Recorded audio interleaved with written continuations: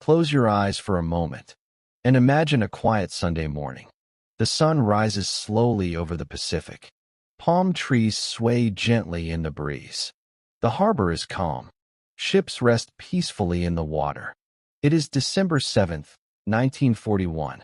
No one knows that within minutes, this calm paradise will turn into fire, smoke, and chaos. This is the story of Pearl Harbor, the day America entered World War II. In 1941, the United States was not at war. Europe was already burning. Asia was already fighting. But America remained officially neutral. Most Americans believed the war was someone else's problem. They remembered World War I. They remembered the loss, the trauma, the broken promises. President Franklin D. Roosevelt faced a divided nation. Some wanted to help Britain. Others wanted to stay out of foreign wars entirely. America watched, but did not fight. While Europe fought Germany, another conflict was growing in the Pacific. Japan had been expanding aggressively for years. It invaded Manchuria, then China, then Southeast Asia. Japan needed resources: oil, steel, rubber.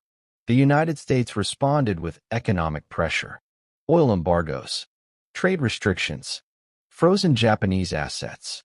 To Japanese leaders, these actions were acts of war. Diplomacy continued, but trust was gone. Behind closed doors, Japanese military planners began preparing for something unthinkable. Pearl Harbor was the heart of American power in the Pacific. Located in Hawaii, it housed battleships, aircraft, submarines, fuel depots, repair facilities. If Japan could destroy the U.S. Pacific Fleet in one strike, it would have free movement across Asia and the Pacific. The plan was bold and extremely risky. Japanese pilots trained secretly. Aircraft carriers practiced long-distance coordination. Intelligence was gathered quietly. Everything depended on surprise. Sunday morning began like any other. Sailors were waking up. Some were eating breakfast. Others were still asleep. At 7:55 a.m., the sky changed. Japanese aircraft appeared suddenly over Oahu. Within seconds, bombs began falling. Explosions ripped through ships and airfields. Anti-aircraft guns fired wildly. Men ran in confusion. Pearl Harbor was under attack. The attack came in waves. Torpedoes slammed into battleships. Bombs punched through decks. Planes burned on the ground. The USS Arizona was hit directly. A massive explosion tore the ship apart. Over 1,100 men died instantly. The harbor filled with smoke and oil. The water burned. Men jumped into flames to escape sinking ships. Medics worked desperately. Sailors pulled wounded friends from wreckage. Some fought back with machine guns mounted on ships already sinking. The attack lasted less than 2 hours, but it changed history forever. In the middle of chaos, heroism appeared everywhere. Sailors stayed at their posts until the last moment.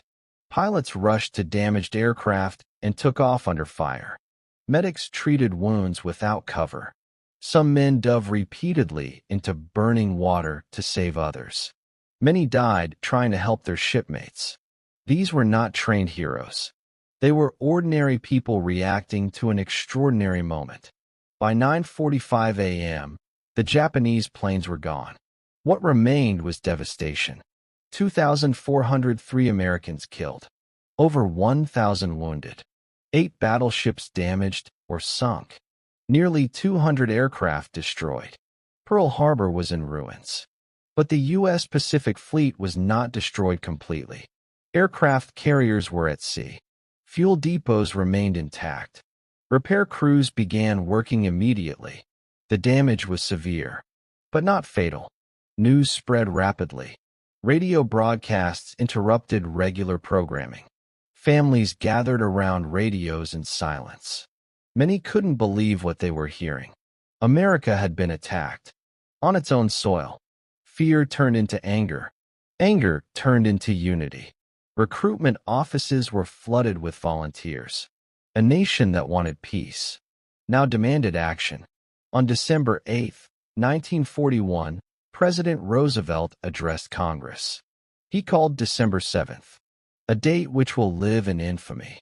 His voice was calm, but firm. Congress declared war on Japan almost unanimously. Within days, Germany and Italy declared war on the United States. America was now fully involved in World War II. There was no turning back. From Japan's perspective, Pearl Harbor was a gamble. They hoped to shock America into negotiation. Instead, they awakened a powerful enemy. The attack united the United States politically, economically, and militarily. American industry shifted to war production overnight. Factories became arsenals. Workers became the backbone of victory. Japan had won a battle, but lost the war. Pearl Harbor was only the beginning.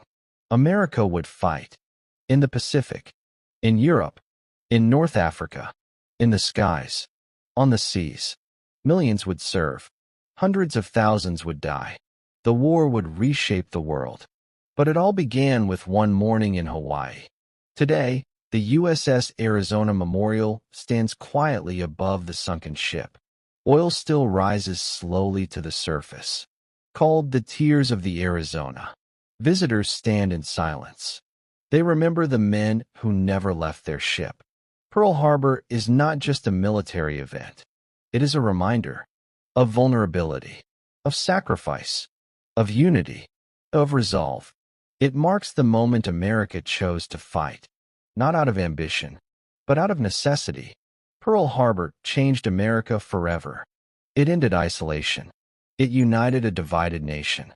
It launched the United States into a global conflict. The men who died that morning did not choose history, but history chose them, and their sacrifice set the course for the world we live in today.